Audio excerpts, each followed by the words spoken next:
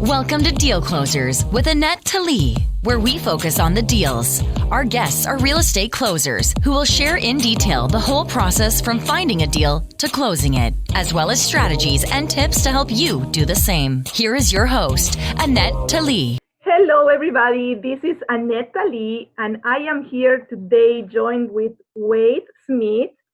And he is dear to me because we've been talking to each other for about a year, and we met last October. We are in the same mastermind, so I'm very excited to be able today to interview him. And I'm going to tell you a little bit about him. He has a BS in economics from James Madison University. After graduation, he worked as an analyst performing domestic and international cost of living analysis. He then transitioned to investing and worked as a property equity trader for multiple New York-based companies. His career turned to allied health, where he became a prosthetist, designing, fabricating, and fitting prostheses for people with limb loss. He began investing in real estate in 2016 in an effort to create additional streams of income. To date, he has co-sponsored 3 projects that total 664 units. He is limited partner on an additional 1,134 units, and he owns 19 units and it's set to close in another 42 units. That is impressive, my friend. Thank you for being here with me. I'm very excited, like I said. And so tell us a little bit about you and how you got to investing, like what interests you about investing. So I'd say that I was always an investor at heart. Even way back when in high school and, kind of the stocks project. And I got involved with, following the stock market, and my job as a proprietary equity trader was basically day trading. Day traders are notoriously known as bad long-term investors. Transitioning out of that into longer-term investments, was something that I had focused on.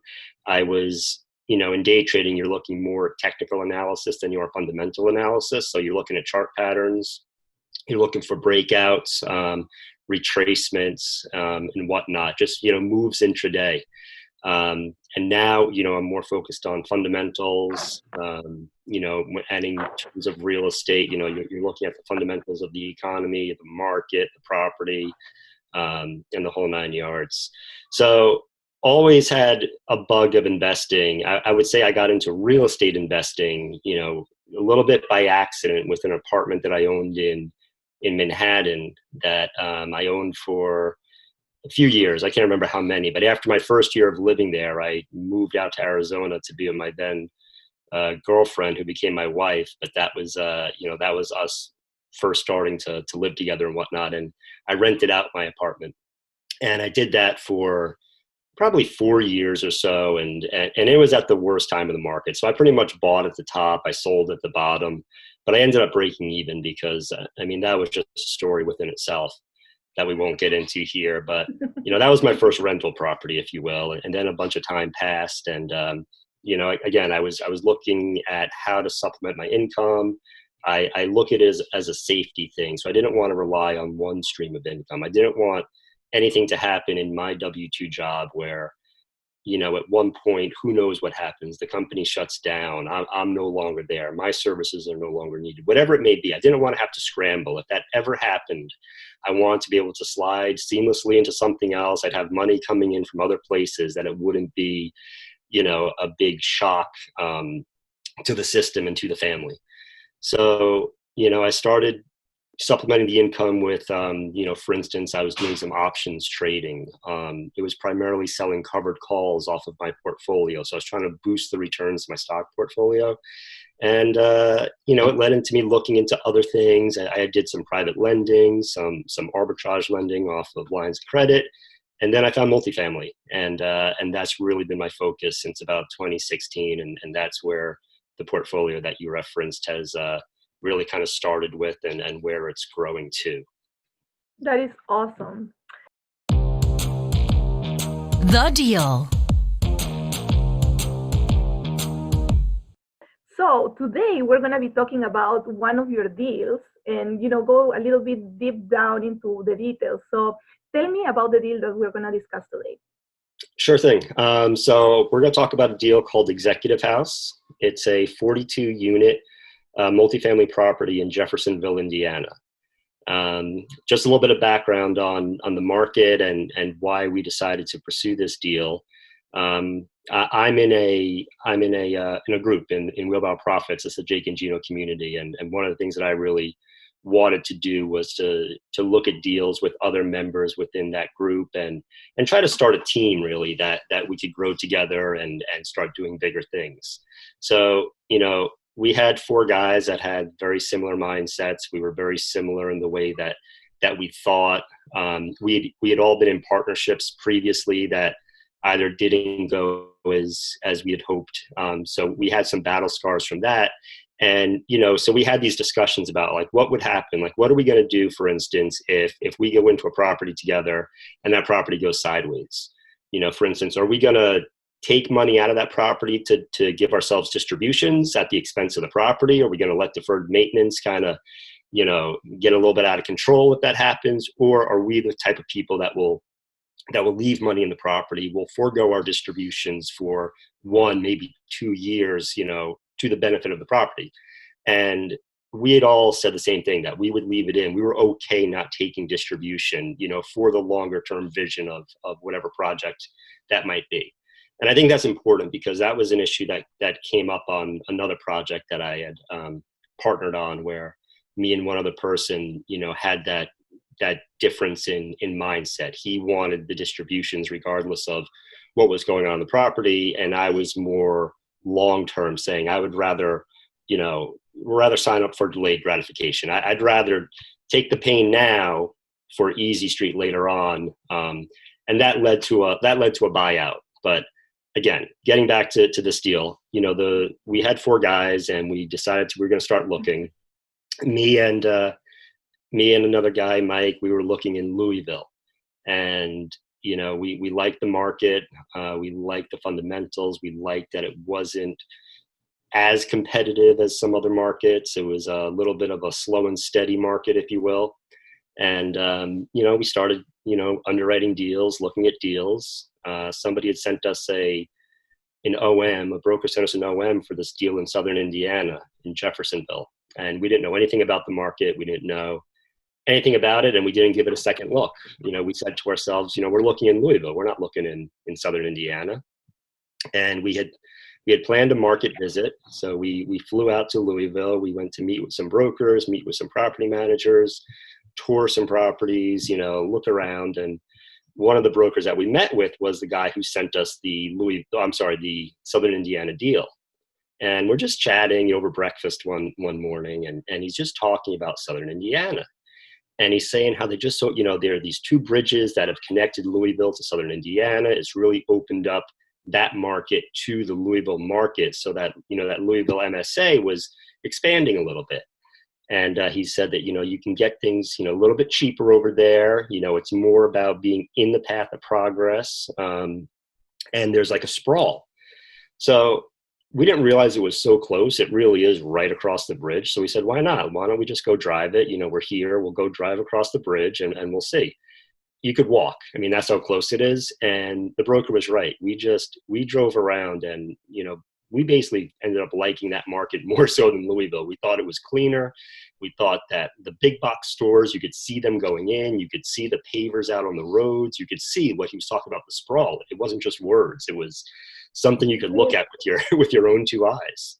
So we decided to drive to the property he had sent us. We had nothing set up to get in or see anything, but we're like, we'll just take a look at the outside. We'll walk around.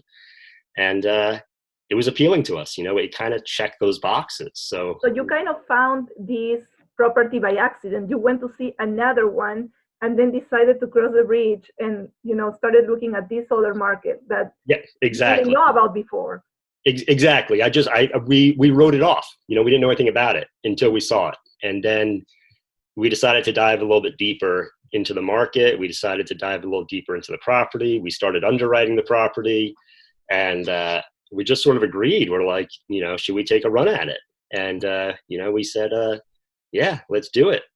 So we found two other people, like I said, going back to building that team, that, were also down and had that alignment of, I guess, moral compass or vision, or, just had that same mindset that we had, kind of throughout those same scenarios. If this happens, how will we react? And we were all on the same page. So we felt good with the four of us and decided that we were going to throw in an offer. And we did.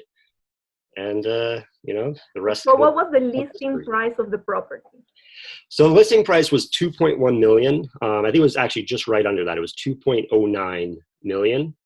Okay. And we came in with an offer of 1.865. Wow, that's a lot less. So you have to, perform some due diligence. Tell me about that. Correct. So, we underwrote, and, part of this is partially a value add play. There's two buildings. They're not exactly 21, but one building was renovated and they were getting certain rents. The other building was not renovated. But to be honest, the rental increase wasn't as much as you would think based on the amount of money they were putting in, the one side. Mm-hmm. With that said, a lot of the exterior was addressed and a lot of the mechanicals were addressed. So you had new electric, you had new HVAC. They had some plumbing issues that were, they said were addressed. So, there was a lot of CapEx that was put into it. Their books were pretty messy because all those CapEx items, like I think most people do, they put them under repair and maintenance. Mm-hmm. So, they showed losses on given months, and there's a lot of work to kind of go through and to separate out what is CapEx, what is R&M, and to get a clean underwriting. One of the reasons we were able to come in low was that because of where they were in their reposition, they didn't have a full T12 to bring to a lender. So at this point, it looked like we might have to go community bank. Mm-hmm. But, not to jump ahead too far, we were ultimately able to go with agency debt on this one because they were able to work off of the T3 and our expense assumptions. And for people that don't know what T12 and T3 means, can you please explain? Yeah, so the T3, the T12 is basically just a trailing, profit and loss, if you will. So it's a trailing. It will show you the last 3 months on the T3 as to what all your revenues and expenses and net operating income are. And on the T12, it's just the previous 12 months. The 12 months, correct. So the bank normally requests the 12 months of income and expenses, and that's the T12 that they wanted, but they were able to work with the T3, which is amazing. Correct, yes. That's awesome. So how did you negotiate the deal? Basically, you use these numbers. Okay, so and again, so the reason we came in where we came in was a little bit based off of the lending. So at this time, I don't know if you remember it, we're back in, I got to think now, back in probably September-ish, Fannie and Freddie, or, Freddie they hit their lending limits, so everybody thought that there wasn't going to be any more agency debt given out, for the last quarter almost of the year. So, they're really kind of tightening up on how they were underwriting deals, who they would give money to, because there was very little money left to lend on their end. So with us not being local and, the deal being what the deal was, and when I say the deal being what the deal was, being a $2 million deal, I think they were looking more kind of at those $5 million properties. They didn't want to lend on a bunch of $2 million deals when they can lend on bigger ones. Right. So, we had to change our underwriting to, say, for instance, a 75% LTV, so loan to value, and the terms that you would typically find, for community banks. And when we did that, the returns changed. They didn't hit really the criteria that we were looking for, and that's why we came in with the price that we came in at. We ultimately thought that we would, the sellers would come back to us at a given price, and we would end up somewhere in the 1.9 range. With everything that was going on with lending, she did come back to us with that counter offer.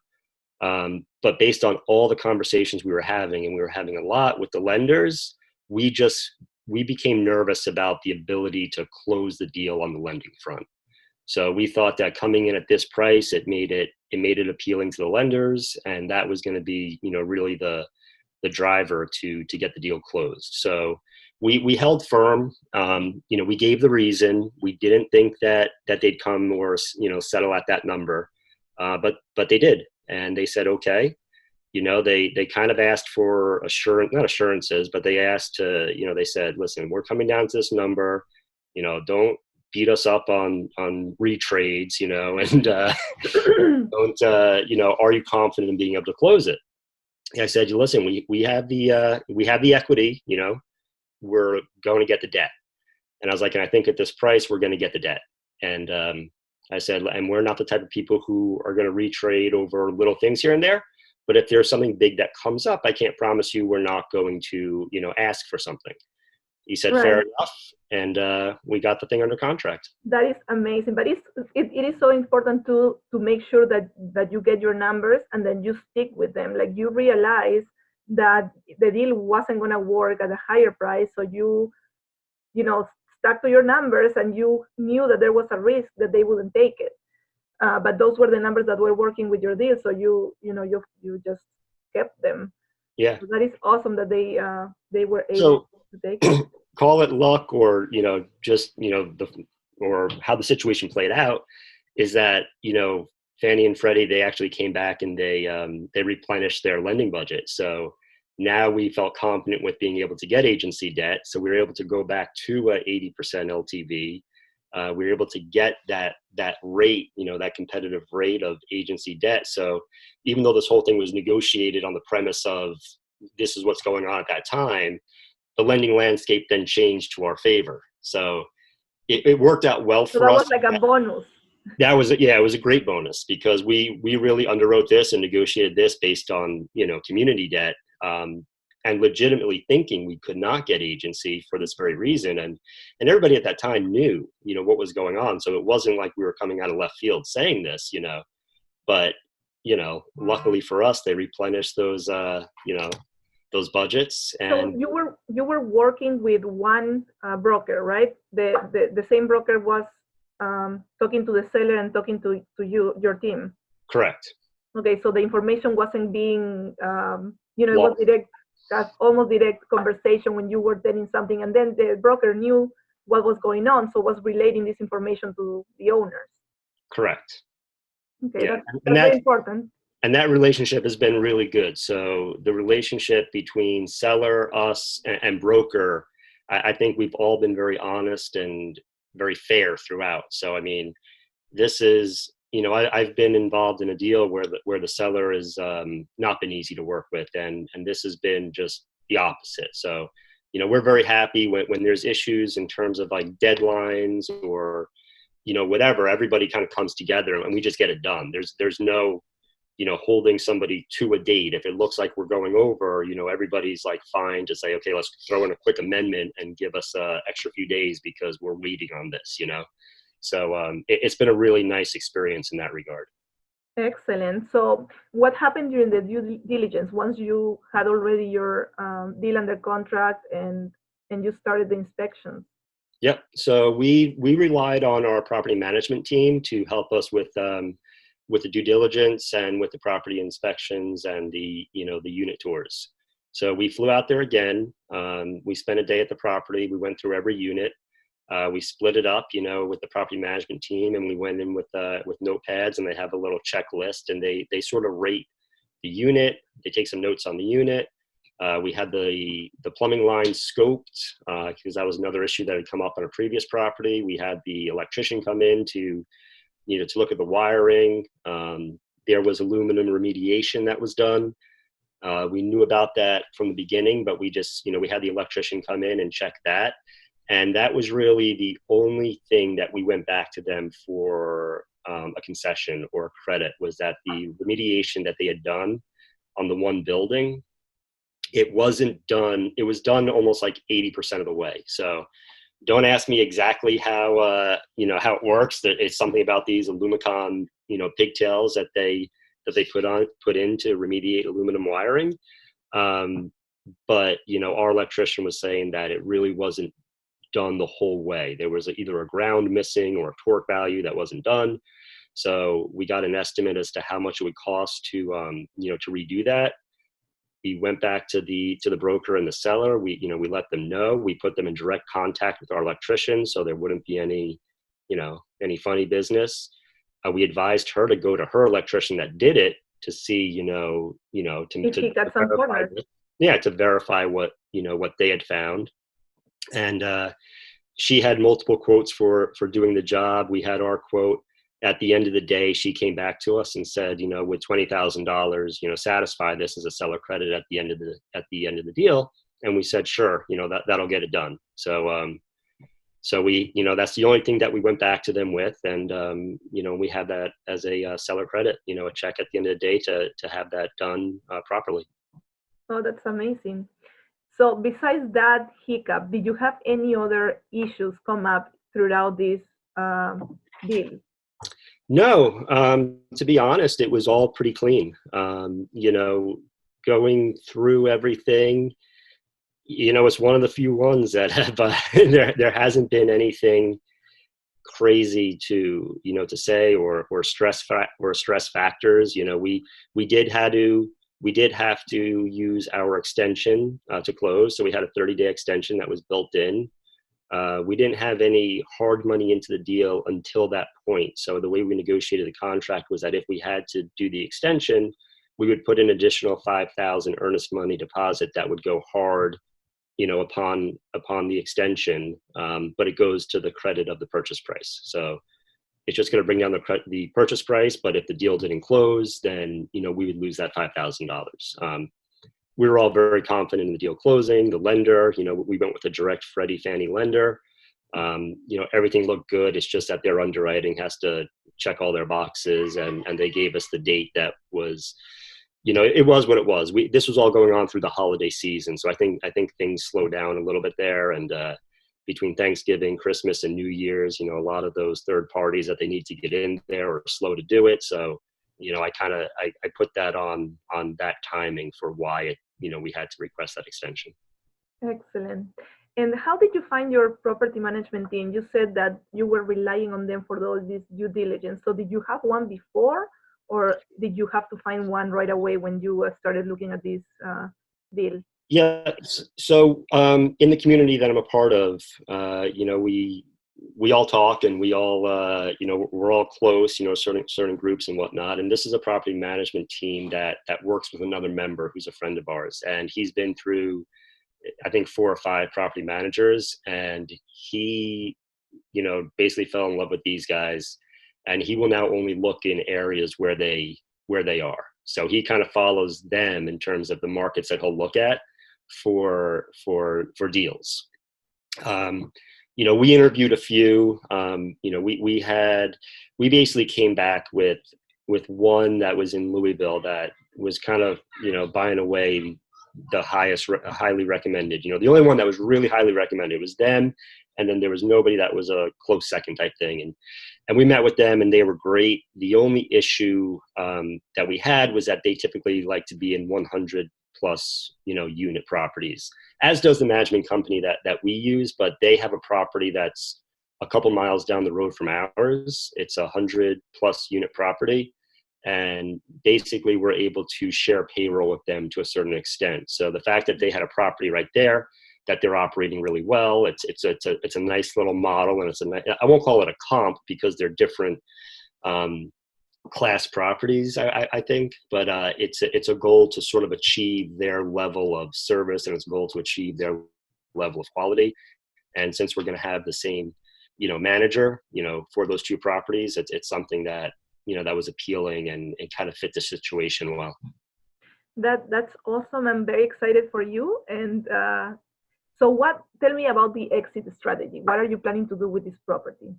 Okay, so our exit strategy changed over time. I think where we're at right now is that we have pretty good lending terms on this. We're actually over 80%. We ended up about 82% because we were able to get some soft costs that were incurred during closing wrapped into the loan. so our loan proceeds are pretty good. Our interest rate is 4.31, and it's a 7-year hybrid loan. So it's 30-year amortization. So we're good in terms of our lending.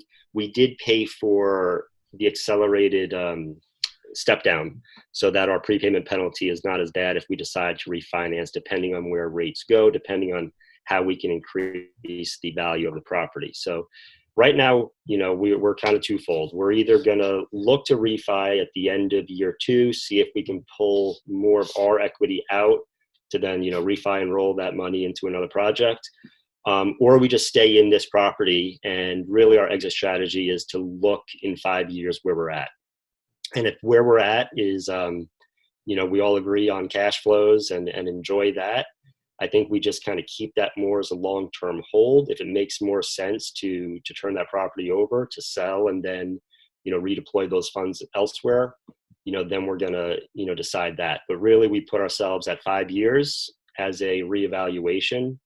And I think we're all on board for sort of a long-term hold here. If we can refi and get our money back out, we'll probably leave it as more of a long-term hold project. If it makes sense to flip after 5, then we'll go that strategy. So we're open. We have our ideas to what we're doing, but I think a lot of it is going to depend on where the market is, where the lending environment is, and to see, what the situation then, dictates. Right, and that's why it's so important to have your team on the same page, like that you are discussing this at the beginning, so that you have these options and everybody's on the same page about, either selling or keeping it as a buy and hold. So we underwrote it. We underwrote it all different ways, and I think our most recent underwriting is, we underwrote a refi in 24 months. So, we put in a higher rate, we put in a higher reversion cap, and with that we look pretty good with where we expect to be. But if our assumptions are off, if, for instance, the lending is better, the reversion cap rate is better, great. If it's worse, where we are with our current lending and, the timeline of that, then that's absolutely fine. Excellent. Expert tips. Yeah, know that you don't know everything. So maybe that's the first tip now that you say that. But all right, 3 tips on. So let's stick with the multifamily, genre here. And I think in investing in general, it all comes out. Everybody says it all comes out of relationships, right? So talk to people, get to know people. Look at deals with people, because that's how our partnership started. It was just looking at deals together, and it just evolved from there. So you start looking at deals together, and the next thing you know, you're doing a deal together, and the next thing you know, you're talking about doing bigger deals together. And if you jive with the people that you're working with, for me it's so much better. I mean, we complement each other, all 4 of us, really well. I have my shortcomings. I work full time, so me during the day, during the hours of 6 a.m. till 4 p.m. I'm tough to get on the phone call, or it's tough for me to actually get on a computer and do things. I can do some stuff from my phone, but there's other people on my team that they can hit those hours, so if we need to get on the phone with somebody, that person can get on the phone. I'm early. So, I'm usually on my computer by 4:15, and I'm working for an hour or so in the morning on this stuff. And then, at the end of the day and whatnot. So partnering is by far, I think, the number 1 tip. Find people and talk to people that you can partner with. I would say know what you want to do. So, I think a lot of us, we get a little bit all over the place. It's like, hey, let's invest in land, let's invest in multifamily, let's flip. When you're investing in multifamily, well, what do we want to look at? Value add or yield plays? Where are we looking? We'll look at Class A and Class C. I think you need to find what it is you're looking for. I think the more specific you are, specifically with brokers, it kind of gives you credibility.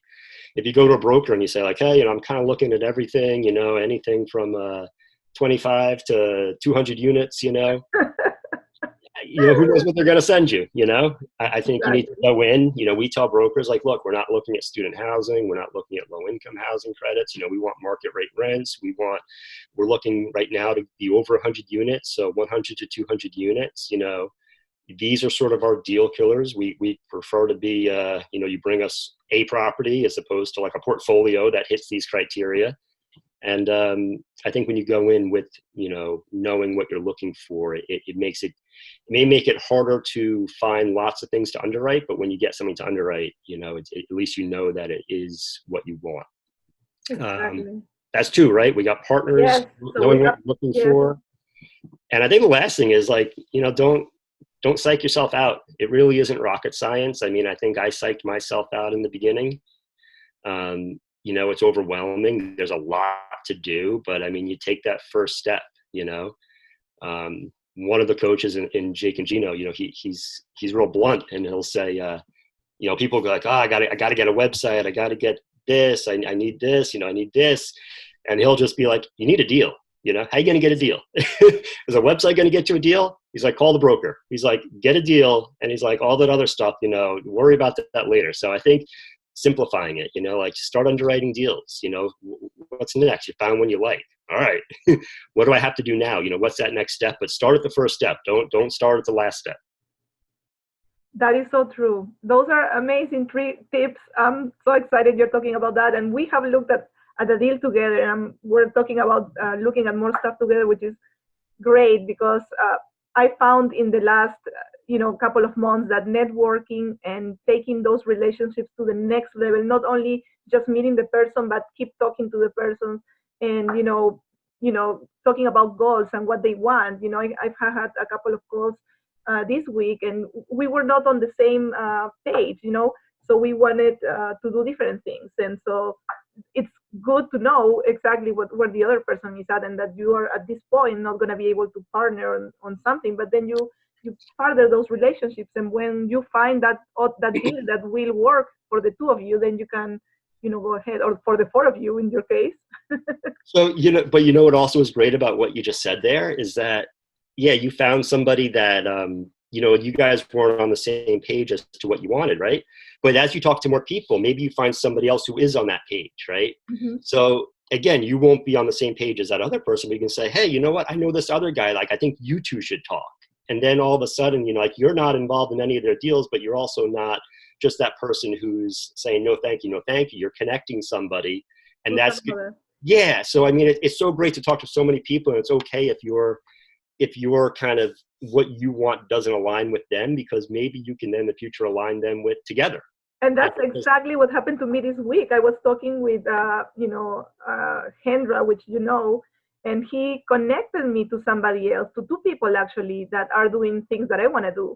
So I am emailing, and so we are setting up a call to get to know each other and see if we are aligning and we can work on something together. So it's very important. I agree with you. Yeah. And Hendra's awesome. I mean, Hendra's, he's given me contacts too of people that I'm now working with, and me the same to him. So, I mean, it's awesome, Absolutely. I think that's, like you said, that's the name of the game there. It's networking, and it's, let's bring it back to the Go-Giver from Jay Helm's group, that when he first made us read that.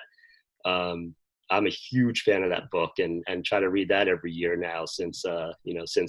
And I was so sad it was so short. Like we finished it like in 2 drives, and I'm like, what? I want more. I'm pretty certain that that's going to be an every Thanksgiving time of year thing now. Yes, it is a great book. So hey, if you're listening, every Thanksgiving, the Go-Giver. Yes, it's a wonderful book. So tell us, where can people find you? Your website, email, social media? Yep, sure. So website is www.rustic-capital.com.